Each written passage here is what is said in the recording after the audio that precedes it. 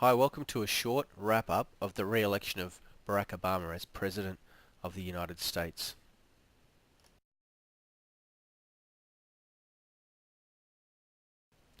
It was a decisive victory for Obama, with 303 Electoral College votes to Romney 206. Florida is actually still in play, so that number for Obama may rise. He also won the popular vote, 50.3% to 48.1%. A lot of pundits predicted that might go the other way with Romney winning the popular vote. That didn't happen, and so Romney now has made a speech, or has made public that he won't contest again, so he'll go on to find a role in the public sector. Let's look at the Republican response, and on the issue of bipartisanship, the Republican Party leaders now have to give an indication of what their thinking is. Mitch McConnell was dedicated to defeating Barack Obama getting re-elected. So whatever he says now will give a clear indication of which way they want to go. John Boehner is the Speaker of the House, and he has already made a public speech saying we have to reach across the aisle and work together and those kind of things, but that's pretty normal after an election. And Paul Ryan has actually gone missing a bit. Some commentators are saying that's because he'd like to be considered for running in 2016, but history is against him there. Sarah Palin is the classic example from recent history who actually, had no chance getting up as the candidate. The right-wing media response was interesting. Karl Rove had an on-air spat with one of the Fox journalists when he refused to concede Ohio. Probably just gave them a bit of a ratings bump in the end. Donald Trump let fly on Twitter, and he said some pretty outrageous things about revolution. But I think everyone knows what his public persona is, so there was maybe no one was really surprised by that, and he did retract all those tweets in the end.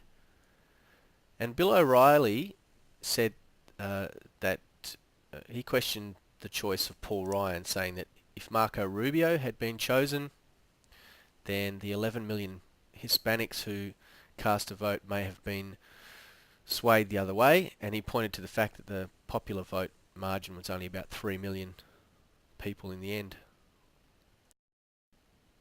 Obama now has some very interesting domestic issues to deal with pretty much straight away.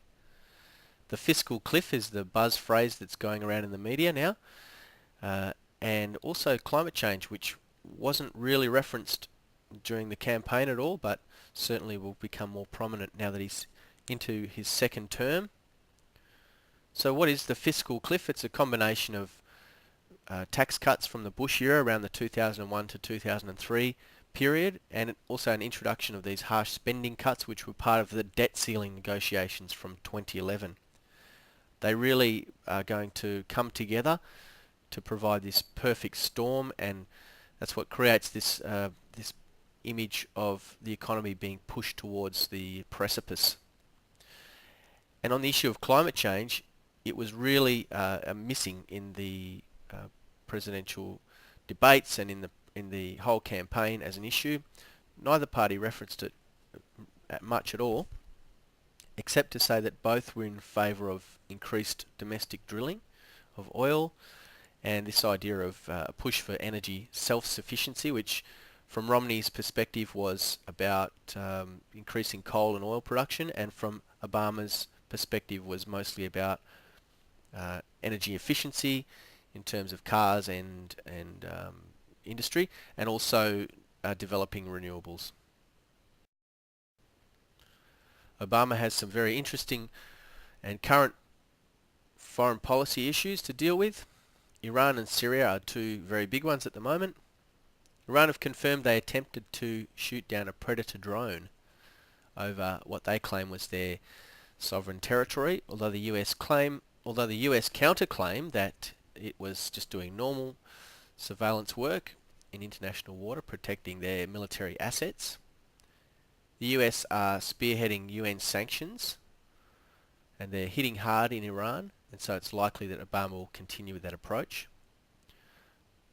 Bashar al-Assad came out and gave an interview on a Russian television program, a wide-ranging interview, but interestingly he spoke in English, a clear indication that it was intended for Western consumption, and he said he'll live and die in Syria, so he's not going to entertain any thoughts about being diplomatically exiled to another country.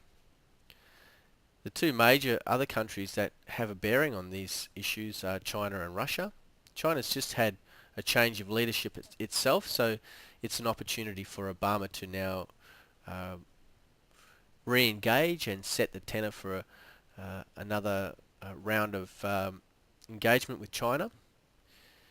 The relationship with Russia is already pretty much set up, so that's likely to continue. It's a very lukewarm relationship.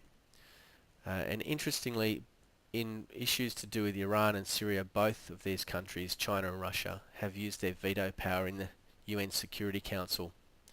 So it'll be interesting for Obama to work with China and Russia in his second term.